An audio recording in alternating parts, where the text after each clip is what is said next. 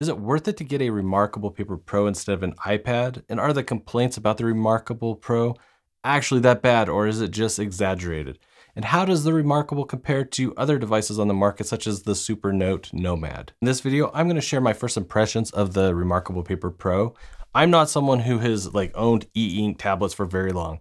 I kind of don't like those reviews from people who have a ton of these tablets and compare every single version of them. I kind of feel like that often they make a huge deal out of little tiny differences, and it really makes it hard to get a feel for what stuff is actually big issues that you should care about and what things are just splitting hairs. However, I am someone who has owned iPads for several years, and I've been feeling a lot of device and app fatigue recently, and I can't fully cut off all tech completely because I am a programmer, so I kind of need some of this stuff to do my job. But I am definitely looking for ways to simplify my life and reduce a lot of the distractions. Because I do a lot of typing all day, I love it when I get a chance to just write my thoughts down in a paper notebook.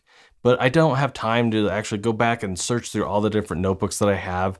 And so I'm really interested in a device that's going to be able to convert my handwritten words to text and then be able to export it to a central location so that I can more easily search through that data. I recently picked up a couple different e-ink tablets. The first one I picked up about a month ago. It's the Supernote Nomad A6 X2.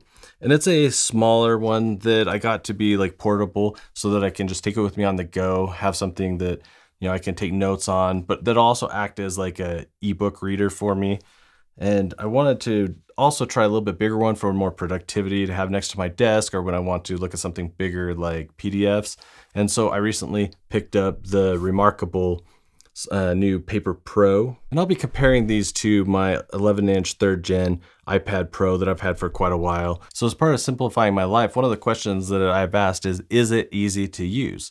And yes, the reMarkable Paper Pro is actually super easy to use. The navigation is simple, changing settings is super simple, especially when you compare it to the Nomad, where you have to remember some different finger gestures and in order to open up different menus and stuff like that. I definitely feel that the reMarkable is much simpler to use. So what is the writing experience of the reMarkable compared to the iPad Pro or the Supernote Nomad? Well, to be honest, I definitely feel of the three, if you're looking for a real paper feel and experience, the reMarkable definitely beats the others hands down. You get a really nice feedback on the feel of writing as well as the sound of writing. Feels like you're writing on paper. Even when I've tried things like paper on the iPad, it just isn't quite the same.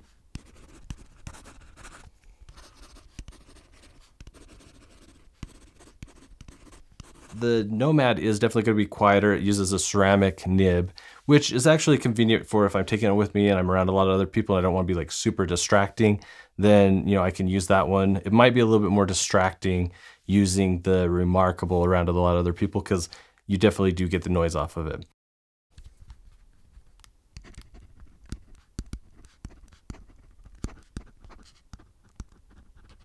When compared to the Apple Pencil 2, that just sort of feels like you're sliding something across glass, and it's actually my least favorite from a feel perspective.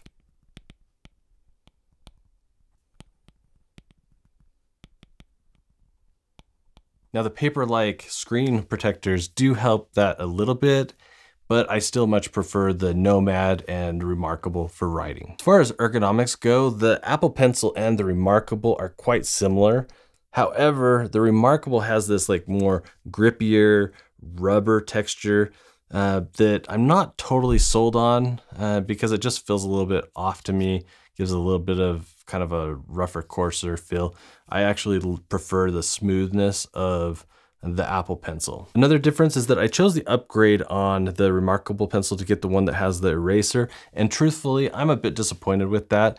Yes, it works, but I find that oftentimes as I'm trying to erase things that I've written, especially with handwriting, that it doesn't clean up everything. It can leave little artifacts and here and there. But I just prefer on all these devices to use the selection tool, be able to select a bigger chunk of stuff I want to delete and then delete that, or using the double tap stuff to be able to undo my most recent changes. On the Nomad, I bought the Heart of Metal 2 pen, and it looks super nice. And it does write really nice. Like I said, it has a really small little nib and stuff that I like. but this definitely weighs a lot more than the other pens, which if you like those really heavy fountain pens, then you're probably gonna like this. But to me, it kind of feels a little bit top heavy when I'm writing and, you know, I have the cap on, you know, it's just, I definitely feel it in my hand, whereas like this pen is super light for reMarkable, and same with the Apple. And if you look at it, I mean, the width is also like way, you know, wider on this pen. So that's something you may or may not like. But the nibs, when you compare them, you know, this is like a super tiny little ceramic nib that definitely gives just a nice pen feel. But there is a benefit to the Supernote, because this style, you can use this stylus, or you can purchase a bunch of different third-party styluses. When it comes to the ones from like reMarkable, you are going to be able to find some other styluses that could work based on the technology they're using, but they take some existing technology and then they do some of their own customizations to it to really help with the performance of straightening lines and things like that.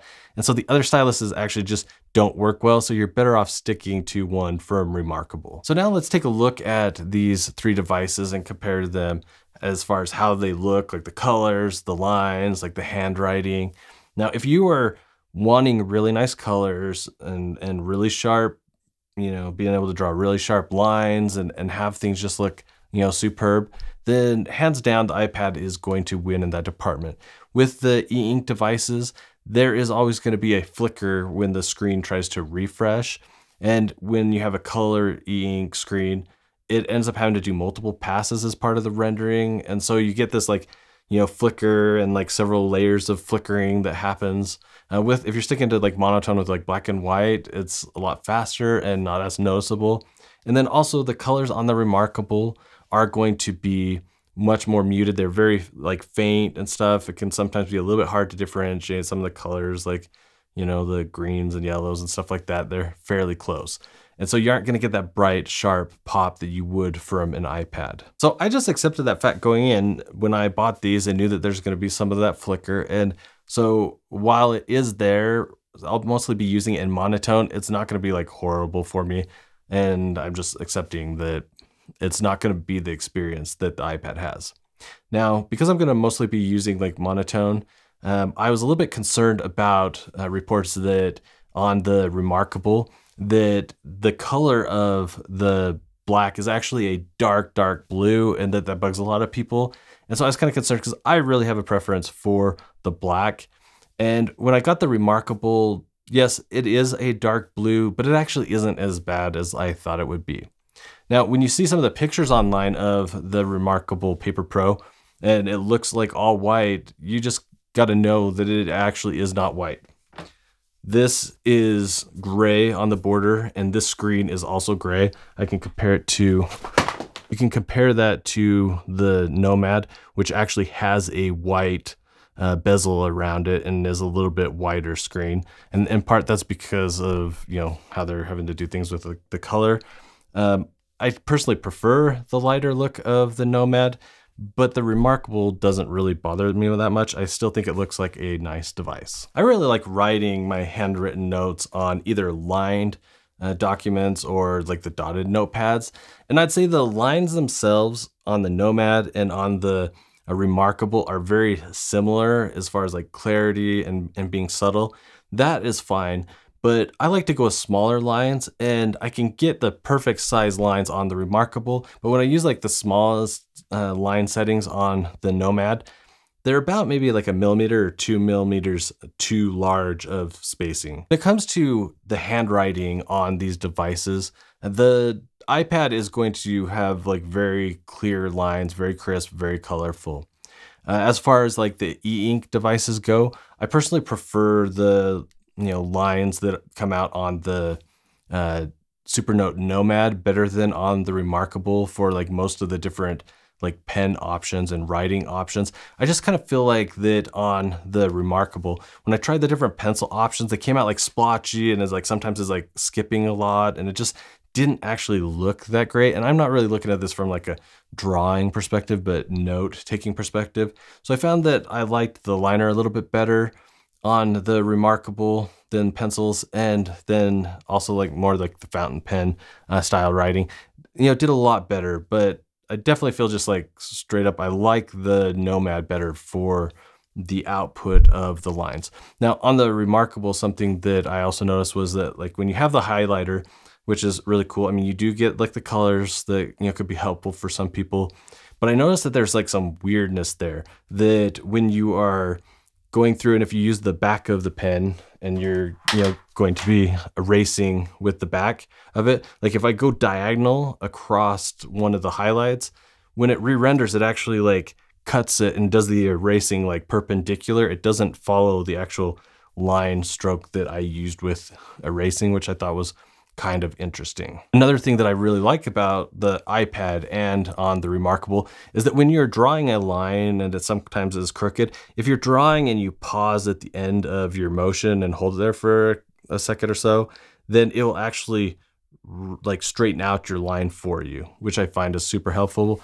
I have not been able to do that on the Nomad. In addition to the lines and dots, both the Nomad and the reMarkable come with a ton of other templates for if you want stuff more like planners or different things. They have a ton of options. The Nomad is definitely smaller, and so it does make it harder to read PDFs on that device.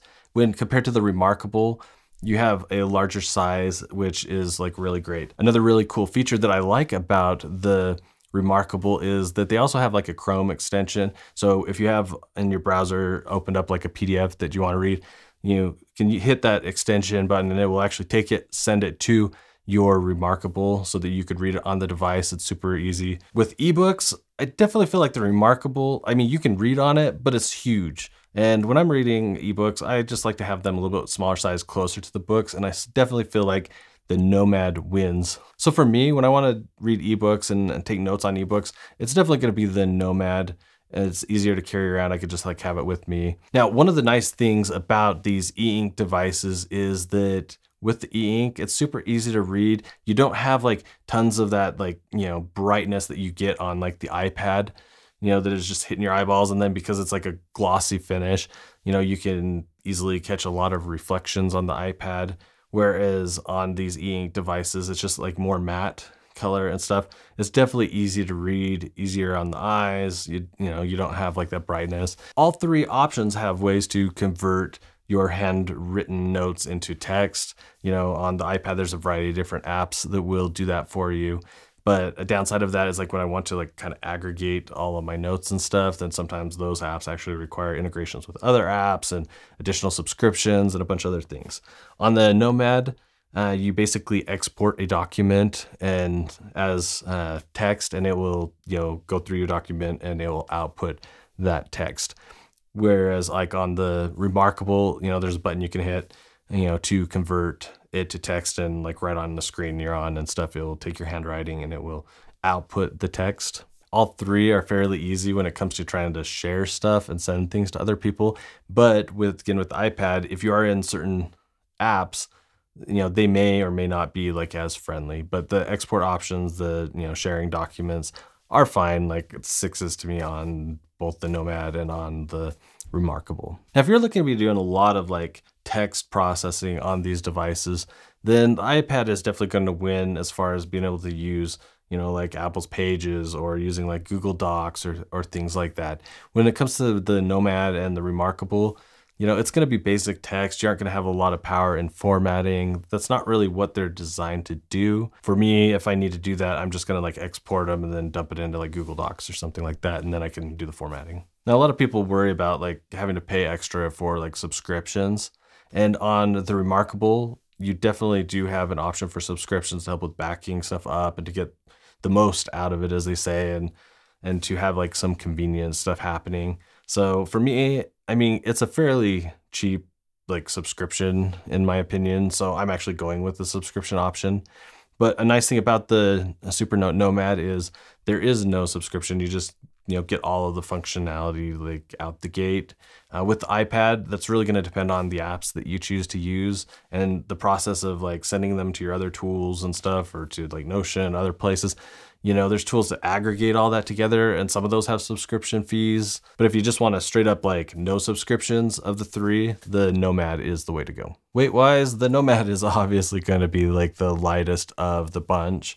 Even with like the reMarkables, little bit bigger size and stuff, you know, holding them, it's like I don't really feel like the weight difference between the two. Yes, this one's a little bit bigger, so you can get like a feel for that, but I don't think that, you know, it's takes much, or it's going to be like much different going from like an iPad to the reMarkable as far as like the weight factor. Apple has always put a ton of money into, you know, how they style things and giving it a nice look. I definitely like the look of the space gray on my Apple devices. For the reMarkable, it also uses like a metallic look. It's a little bit lighter than the space gray, but definitely darker than like Apple's normal silver color. I think it looks really nice. It reminds me a lot of the brake levers on my Hayes Dominion A4 brakes on my mountain bike. So that's pretty sick. I like, you know, the design, I like the edges. It just feels nice, feels like a really quality device. Whereas when you're looking at like the Nomad, this is white and this is plastic. So of the three devices, this definitely feels like it's not, you know, the highest quality, like from like an aesthetic point of view and, you know, build quality, but it's still like really durable, like it. But, you know, that lightweight will make it nice for when I'm just like on the go and wanting to keep things light. Something that I really like is that they all have USB-C connections for charging. So, you know, nothing like weird like the mini display ports or anything like that. Super convenient. I like that they've all gone with that. Battery life, my iPad definitely runs out of juice faster. I mean, it's a lot more powerful. It also like, you know, has the great colors, bright screen. So, I mean, that's kind of to be expected. I really like the Nomad, but the battery life isn't quite as good as I would have hoped out of that. It definitely runs out faster than I would have liked after like a few days of using it. Now, I mean, I just think that may come down to like the sleep mode on it. Maybe isn't as like efficient. Whereas like with the reMarkable and Paper Pro, you definitely get a ton more battery life. I mean, they say like the 2 weeks, but obviously it comes down to like how much you're using it. So battery life, the reMarkable definitely wins. Now, what about third-party integrations? Now, this is something a lot of people talk about with going to these e-ink devices, that they're actually trying to get away from that. And I'm trying to get away from some of that stuff, like reducing some of the distractions that I have. So this may or may not be important to you. But obviously the iPad, you have a ton of different apps that you can use. With the Nomad, it's basically an Android tablet that has had like the e-ink screen put onto it. So there are ways that you could sideload certain apps or kind of get around the app limitations. It does come with a Kindle app. So when it comes to the ebook reading, that's something that is nice about the Nomad, is that it's easy to read your Kindle books. Whereas when you're looking at like the reMarkable, it's its own, you know, thing. It's not built upon like Android or anything. So you're really limited to what they allow in that regard. And so when it comes to like ebooks, you're looking at like EPUB books or reading PDFs. There is not that integration with the, you know, like Kindle apps and stuff like that, which is totally fine because I, you know, have something I can either like read my ebooks on my phone or I could like read it on the Nomad. So I got that covered. Keep that in mind though, that you just are stuck with what they get. But that's some of the beauty of the reMarkable, is that it is very distraction free. You know, it's simple to use. It does what it's supposed to do, and it does that well. Now, a strong argument against this reMarkable is that when you're comparing the price of it to like an iPad and stuff, you can get a ton of functionality, a mini computer out of an iPad when compared to the simplicity of the reMarkable. And some people don't like that. You know, I'm at a place where I look at it and it's like, okay, I want that simplicity, but I want like reliability and quality.